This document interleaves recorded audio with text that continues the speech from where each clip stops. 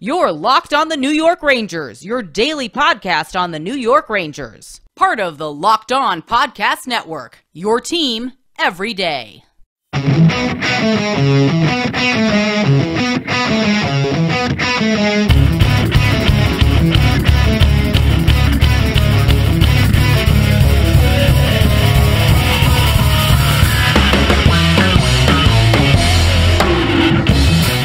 Welcome back, Blue Shirts fans, to episode number 562 of the Locked On New York Rangers podcast. I'm your host, John Chick. Just want to thank you guys for making Locked On New York Rangers your first listen every day. We are free and available on all platforms. That song you're hearing right now is, of course, Leave the Lights On from our good friends in Passafire. You can check those guys out anywhere you get your music. And there is really no way to sugarcoat this one. This was what I would consider probably the Rangers' absolute worst performance of the season. They go into New Jersey fresh off of all their trade deadline moves, and they lose 7-4 to the Devils. This despite the fact that the Rangers got off to a great start in this game, really, had their legs moving in the first period, built themselves a 2-0 lead, really looked good overall. Some of the new acquisitions I thought had a strong first period, and mostly I think Andrew Copp, Tyler Mott, Justin Braun mostly had solid debuts for the Rangers. We're going to break down all of their performances in much greater detail in due time here. But all of a sudden, in the second period, about 5 minutes into the second period, the wheels fell off. And it just happened so suddenly. I mean, I mentioned this in my Locked On Now video that I put up on Twitter not too long ago.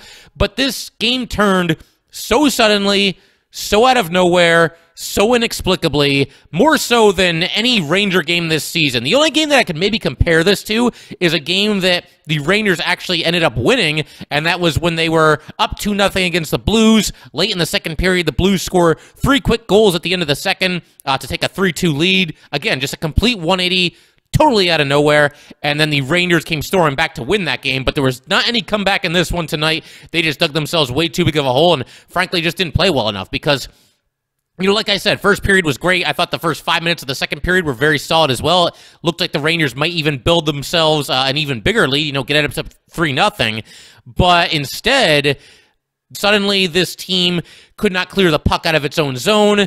They were playing really poorly in the neutral zone. A lot of giveaways in the neutral zone, a lot of turnovers in general, giving up odd man rushes left and right, defensive breakdowns. So many goals were scored by the Devils where it seemed like every player for the Rangers on the ice just had no idea, where they were, what they were doing, just guys caught out of position. And of course, Yegor Sharangovich did not have his A game either. He's run into a little bit of what I guess we could call a slump in recent games here, but by Yegor Sharangovich standards, that pretty much just means that he hasn't been a human cheat code in recent games, and I do think he'll get out of this sooner rather than later. And like I said, didn't get a lot of help tonight, way too many turnovers, and just guys getting caught out of position, and there was only so much he could do. And some of these goals scored by the Devils, you got to give at least a little bit of credit to the opposition. They were of the highlight reel variety, some really impressive-looking goals scored by the Devils, and it's weird because the Devils, they might very well finish dead last in the Atlantic Division. If they don't, they're probably going to come in second to last place. But for one reason or another, this team always seems to put its best foot forward against the New York Rangers. And I realize, coming into tonight's game, the Rangers had beaten the Devils 8 consecutive games. That's a streak that goes back to last season. But yeah, I mean, when you watch this team play against the Rangers, it doesn't seem like it's a cellar dweller. They seem to rise to the occasion, and once again, I don't know if it's just a case of getting up for, a matchup against a division rival, but yeah, Devils look great tonight. I have to imagine it's one of their best games of the season, but by that same token, one of the absolute worst games of the season for the New York Rangers, and I wanted to go ahead and kind of break down the lineup decisions because obviously we got some new Rangers in town, as I alluded to a second ago. So, first of all, the line combinations. The top 6 remained the same that they had been coming into this game, the last few games that the Rangers had played. Everything was pretty much intact. They did make some in-game adjustments, especially in the third period. The lines were juggled, and, a lot of Rangers were benched for a good chunk of that third period. In some cases, I think Ryan Reaves was benched for the entire third period.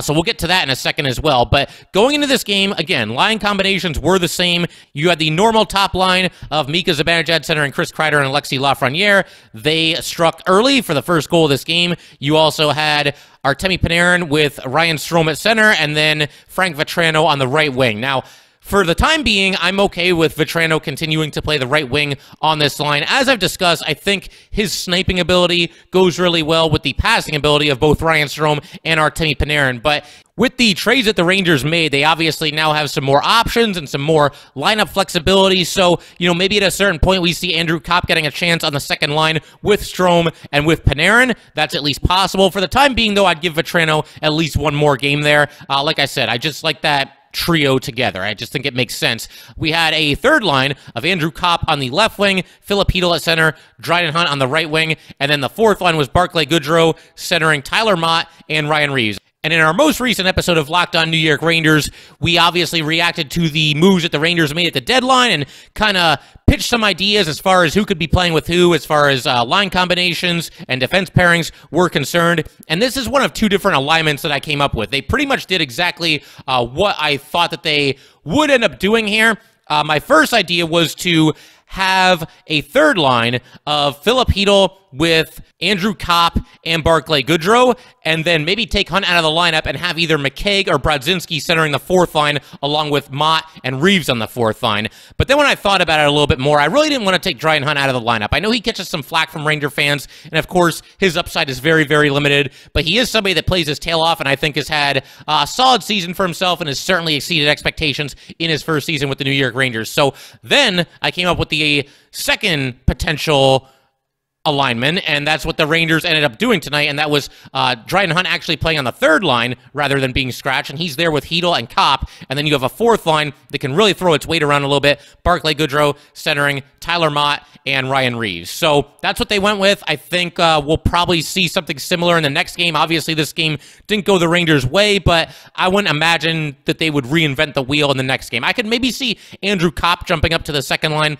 and Frank Vatrano moving down to the third line. I think that's at least possible, but I don't think you're going to see like a lineup out of a hat, line combinations out of a hat type of a situation or anything like that. I don't think they're going to go reinventing the wheels after this game. And of course, the defense pairings are the same for the most part. The top four are all the same. Patrick Nemeth is on the left side on the third pairing, and you've got Justin Braun also making his New York Ranger debut. He plays alongside Patrick Nemeth. He plays on the right side on the third pairing. So if you're keeping score at home, this is about the 17th or 18th different defensive partner for Patrick Nemeth this season. I'm exaggerating to make the point, obviously, but you get the idea. Rangers have obviously had a little bit of a revolving door as it pertains to the third pairing there. And this also means, adding these three new players to the lineup. First of all, it means that the Rangers are now a better and deeper team, despite, once again, pretty much disastrous performance tonight. I still think these trades are going to work out in the long run, but it also means you add three players, three guys got to come out of the lineup, and those three players end up being Braden Schneider, Greg McKegg, and Johnny Brodzinski. And McKegg and Brodzinski, I kind of had a feeling it might end up being those two when you kind of just look at the way the Rangers have established a certain pecking order as the season has gone on. I felt like Dryden Hunt would probably end up staying in the lineup, and, if his spot is secure, it means that other people have to come out, and they ended up being Greg McKegg and Johnny Brodzinski. You won't really get much of an argument from me there. I mean, you look at this lineup, and I think those were the two forwards that it made the most sense to come out. Just that simple. It's just kind of a numbers game. It is what it is. We'll see if they get another crack at it. I have a feeling, and again, we're going to get into this a little bit later, but I have a feeling we could end up seeing Ryan Reaves being a healthy scratch in the next game. Now, I am not campaigning for Reaves to be a long-term healthy scratch, but after taking a really bad penalty in this game and, just not really playing all that well in general, Reaves was benched for the entire third period of this game. So he might come out of the lineup. Maybe McKegg goes back in. Maybe Brodzinski goes back in. We'll see how they look to do it. But again, I think the Rangers made the right decision pulling Brodzinski, who I think has played well, and pulling Greg McKegg out of the lineup. And even McKegg, I know he catches a lot of flack from Ranger fans as well. Greg McKegg, for what he is, does his job. There's nothing flashy. There's nothing exciting about his game. There's no upside to speak of whatsoever, but he goes out there and works hard as a fourth liner and penalty killer. The guy that I really felt for, though, that had to come out of the lineup, obviously to make room for the newly acquired Justin Braun, was Braden Schneider, and we're going to talk about that decision as well as the Ranger debuts of the three new players. We're going to get to all that in just a second. But first, I just want to let everybody know that today's episode of Locked On New York Rangers is brought to you by HelloFresh. With HelloFresh, you get farm-fresh, pre-portioned ingredients and seasonal recipes delivered right to your doorstep. Skip trips to the grocery store and count on HelloFresh to make home cooking easy, fun, and affordable. That's why it's America's #1 meal kit. HelloFresh delivers pre-portioned ingredients to your door, including farm-fresh produce that arrives within a week, so you get convenience without skimping on quality. Skip the trip to the grocery store, saving you the wait in long lines and ensuring you don't waste money on excess food. HelloFresh has fit and wholesome recipes for satisfying and nutritious meals that you can feel good about, with 6 recipes per week to choose from, including low-calorie and carb-conscious options. I'm a big fan of HelloFresh because it allows me to make dinner quick and efficiently, and once again, you're not skimping on either cost or quality, and I get dinner done in time to sit down and watch the New York Rangers when I'm all done. Go to HelloFresh.com/LockedOn16 and use code LockedOn16 for up to 16 free meals and 3 free gifts. Go to HelloFresh.com/LockedOn16 and use code LockedOn16 for up to 16 free meals and 3 free gifts. HelloFresh, America's #1 meal kit. All right, and just want to thank you guys, as always, for making Locked On New York Rangers your first listen every day. We are free and available on all platforms. All right, so like I talked about, I do feel for Braden Schneider here, and I will say this as someone who, over the last 24 hours or so, you get some time to let the dust settle and kind of collect your thoughts as far as all the moves being made around the NHL, and specifically the moves that the Rangers made and the players that they brought in during yesterday's trade deadline frenzy. And Justin Braun, at first, I wasn't really feeling it, and even now, it's not my favorite move that the Rangers have ever made, and of the guys that they brought in, I think this is my least favorite of all the moves. But with that said, a couple of you guys reached out to me, either in the comments section on YouTube or in social media, or whatever it might be. You guys seem to be in favor of this move for the most part, because it gives the Rangers a little bit more depth and certainly some more experience on their blue line. Those are all valid points, because, yes, I think the Rangers, if they didn't trade for a defenseman before the deadline, they could probably go into the playoffs with the 6 defensemen that have been playing night in and night out, and I think that's a pretty solid bunch right there. But if any of them gets injured, and you're playing with fire, just assuming that none of your top 6 defensemen are going to get injured between the end of the regular season and the entire playoffs, which we hope is a lengthy run, and before the Braun trade, if any of those players, the top 6 players, the guys that have been playing night in and night out, were to have gotten injured, then that means the Rangers' only options at that point would have been Zach Jones or Yegor Sharangovich. And listen, Zach Jones has got some upside, he's got some promise, but he is a little bit of an undersized defenseman, and he is very young and very inexperienced in general in the NHL. And Yegor Sharangovich, I think that he takes a lot more abuse from Ranger fans than he probably deserves to take, but he's not a superstar player by any stretch of the imagination, and certainly Justin Braun would be a better option than Yegor Sharangovich. But I do feel for Braden Schneider, because this kid was called up as a 20-year-old. I think, his first game out there for the Rangers was probably one of the best games that he's played. He looked like he belonged right away, and sometimes that's half the battle. He's somebody who plays physical. He's chipped in offensively from time to time, and this was actually the first time all season that he's been a healthy scratch since the Rangers called him up from the Hartford Wolfpack. And with Braun, again, I can appreciate the fact that he does add some depth to this New York Ranger team. And obviously, again, 100 career Stanley Cup playoff games. He went to the finals with the Sharks about 6 years ago, give or take. So it's a fine pickup, but again, I'm just not 100% convinced that he's this massive upgrade on Braden Schneider. And granted, I don't watch every single Philadelphia Flyers game. I mean, who would even want to do that this season with the kind of year that they're having? But I would like to present at least a little bit of a counter-argument to those who are saying that, Braden Schneider at the age of 20 wouldn't be a good option for the Rangers this year in the playoffs because he's inexperienced. It's a fine point to make, but I don't think that being young is necessarily like this, oh my God, we can't possibly have this guy in our lineup in the playoffs. And if the Rangers end up having Braden Schneider as a healthy scratch in the playoffs and Justin Braun plays this season, then what's going to happen is we're going to fast forward a year here, and presumably the Rangers are going to be, next season, once again, a playoff team. I don't think any of us would bet against the Rangers making the playoffs next season, and if you go with Justin Braun this season for the playoffs, which certainly seems like it's the plan, and you don't play Braden Schneider at all in the postseason, then you're going to have the same issue at this time next season. You're going to be closing in on a playoff spot, and oh man, Braden Schneider's only 21, because he's going to be 21 at this time next season, and he's never played in a Stanley Cup playoff game. Well, sooner or later, you got to put this guy into a Stanley Cup playoff game. I mean, he's somebody that the Rangers took in the first round, and obviously they have big plans for him. I think he's going to be a Ranger for many seasons to come. Chris Drury seems to be a big fan of his. The Rangers trade up to get him in the draft in 2020, so you know that they obviously like him if they made the move to, move up a couple of spots and get their guy. So sooner or later, he's got to play in the playoffs. I'd rather him, have a little bit of trial by fire this year and get his feet wet in the postseason and just see what he can do. He might go out there and play great in the playoffs. None of us know for sure one way or the other just yet. You can't just say that he's 20, so that means he's not going to be any good in the playoffs.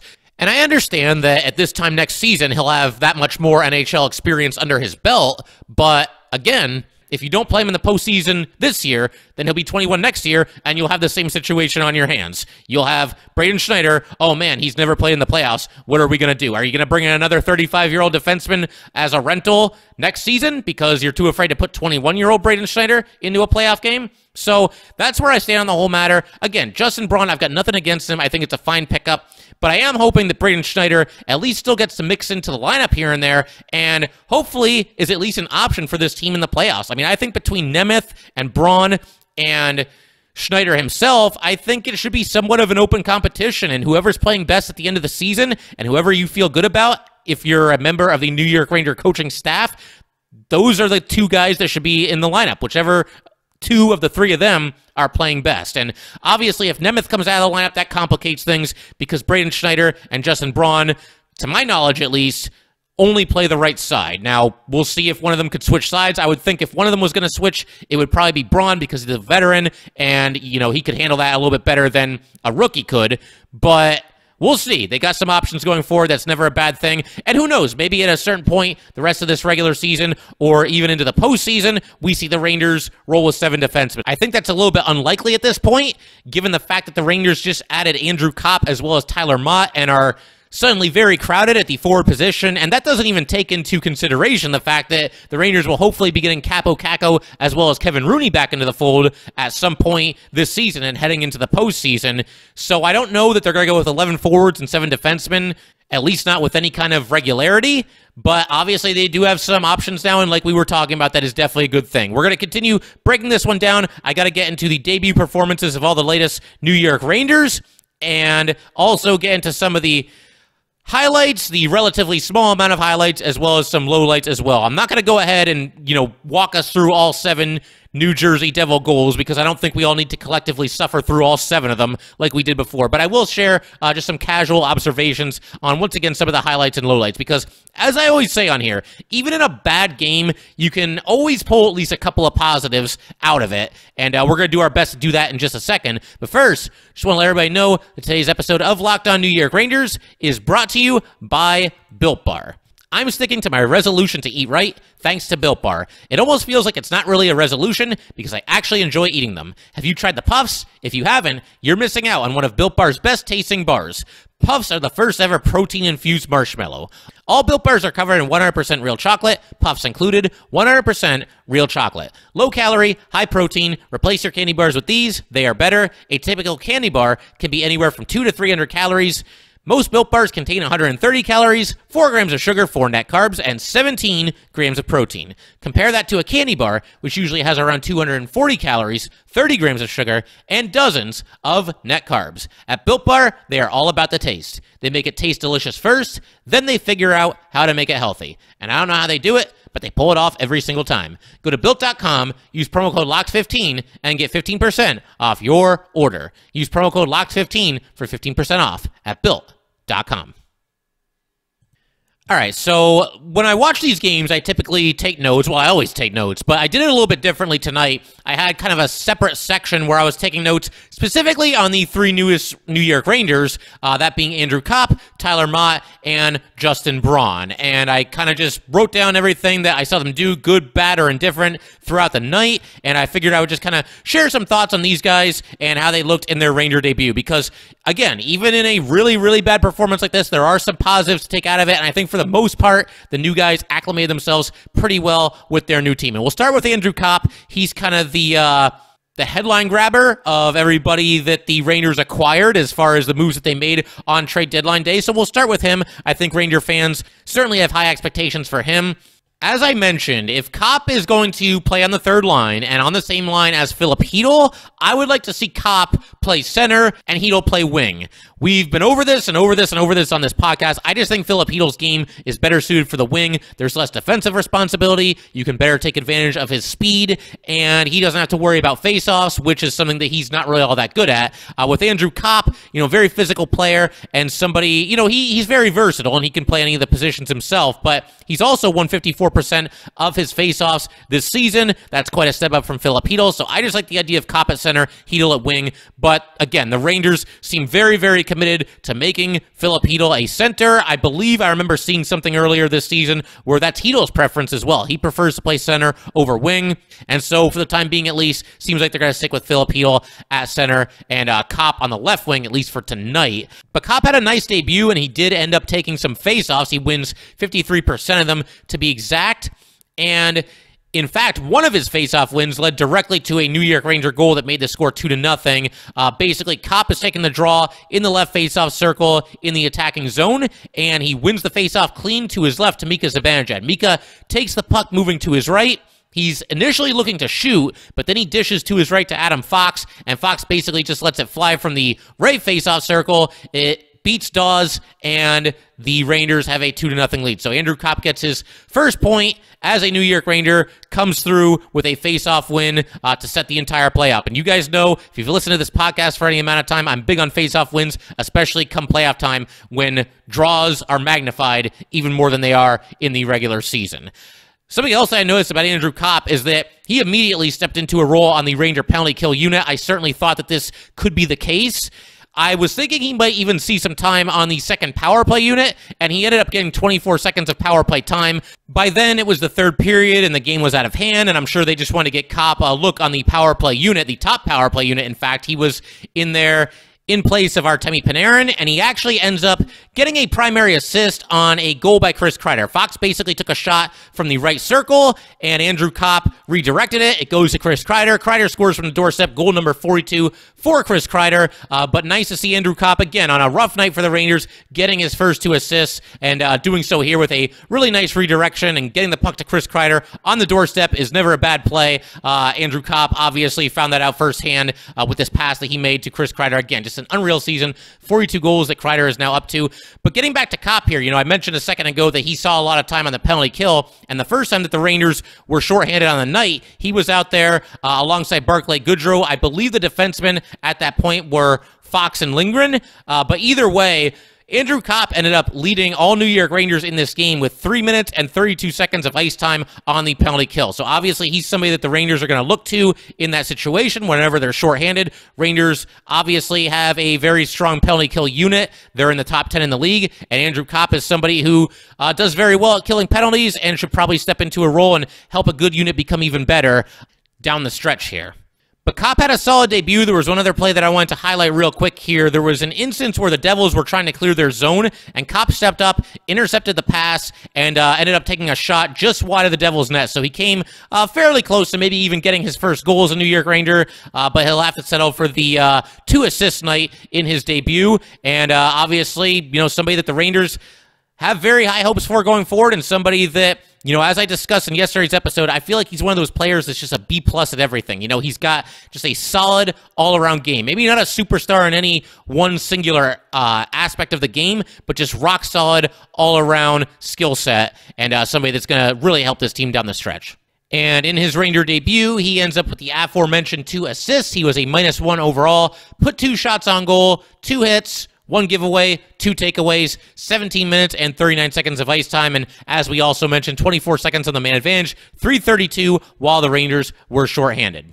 Let's go ahead and talk about Tyler Mott here, and let me just say, before we really get into the details here, Vancouver Canucks fans love this guy. They absolutely adore him. I can't even tell you how many different people either commented on the YouTube version of this podcast or reached out to me on social media, commented on, something that I posted on social media. They love this guy, and, watching him closely tonight, it's pretty easy to understand why. He's just a tenacious player. Again, not the biggest guy on the rink, but, he darts around the ice like he's fired out of a cannon, and I thought had a very strong night overall for the Rangers. Plays physical despite, once again, not being the biggest guy on the rink.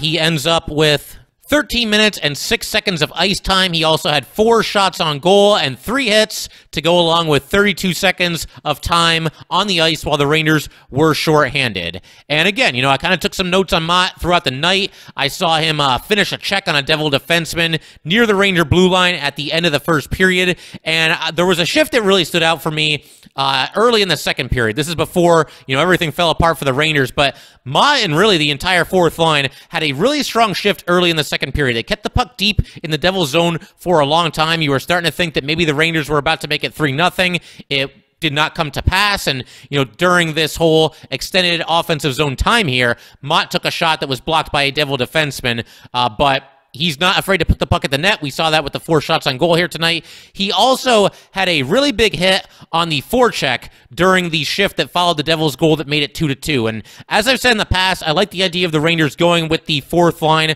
after a goal is scored. The Rangers, at times in previous seasons, have kind of struggled on the shift that immediately follows a goal. But it was nice to see Mott aggressively get in there on the forecheck, deliver a big hit, once again, right after the Devils had tied it 2-2. It obviously didn't stop the forthcoming onslaught from the Devils here, but it was still good to see Mott, assert himself on the shift following a goal. He also made a really nice touch pass in the neutral zone when the Rangers were down 5-3. This kind of sprang Philip Hedl into the zone, and Hedl went in, full head of steam toward the net, tried to backhand it home, was not able to do so. But again, just a really nice instinctive pass there from Tyler Mott. And one other play that stood out when the Rangers were down 7-4, and again, I realize, they're obviously having some issues by this point in the game, but I did notice Mott swoop around behind the Devils' net very quickly and tried to score on a wraparound, came fairly close to doing so. So, again, very tenacious player, a guy that plays every shift like it's his last, and somebody that I'm looking forward to watching in the days to come here. And then we come to Justin Braun, and again, I joked earlier that this is Patrick Nemeth's 17th defense partner this season. That really is what it feels like, but there were a couple plays that stood out in a positive way. He made a really nice outlet pass to Andrew Copp in the first period, and then Copp passed to his right to Dryden Hunt. Hunt went in, took a shot, save was made, so it didn't lead to anything, but he got control of the puck, got the play moving in the opposite direction, and sort of led the Rangers into a scoring opportunity there. It was Braun to Copp to Hunt. Unfortunately, the save was made by Dawes. But right after the Devil goal that made it 2-1, there was a play where the Devils dumped the puck into the Rangers zone. They were in on the forecheck very aggressively, and Braun very calmly collected the puck, went behind the Ranger net, moved it up the boards and out of the zone. And again, it's one of those plays that's not going to appear on, top 10 plays of the night or anything like that, but he looked very much like a veteran defenseman on that play. Now, obviously, the Rangers gave up a ton of goals in this game, was on a banner night for any of the Ranger defensemen, and Braun had a hand in that as well. But I'm not going to judge somebody in one game. Again, I was lukewarm to this trade. I've warmed up to it at least a little bit, in the 24 hours that have passed since the Rangers made this move, or I guess closer now to about 36 hours, whatever it might be. But we'll see how he fares with the Rangers going forward. I think it's only fair that we give all these new New York Ranger players a chance to get their feet wet and acclimate themselves to their new surroundings and their new teammates. And like I said, very much looking forward to seeing what all three of these guys can do going forward. And I should probably even throw Frank Vetrano in there as well, because he's obviously a fairly new Ranger as well. Only played in his 4th game with the Blue Shirts earlier tonight. So, yeah, Chris Drury, again, really nice job fortifying this team, adding some valuable depth pieces, and not giving up a whole heck of a lot to do it. I mean, yeah, they gave away a few draft picks, but I think the price was right for pretty much all of these guys. I'm also definitely keeping my fingers crossed that Artemi Panarin is going to be okay. He was doubled over and, went to the locker room briefly after an awkward collision in the neutral zone with Sharangovich. Again, I don't think it was a dirty hit or anything like that by Sharangovich. They just bumped into each other very awkwardly. Panarin went down, and Ryan Strome went after Sharangovich and ended up taking a penalty for that. It's just kind of the way it goes in the NHL right now. When somebody knocks down the star player, whether it's clean or dirty, it seems like, trouble is going to find that player very soon thereafter. And, Strome sticking up for his teammate there, and somebody that certainly seems to be a close friend of his.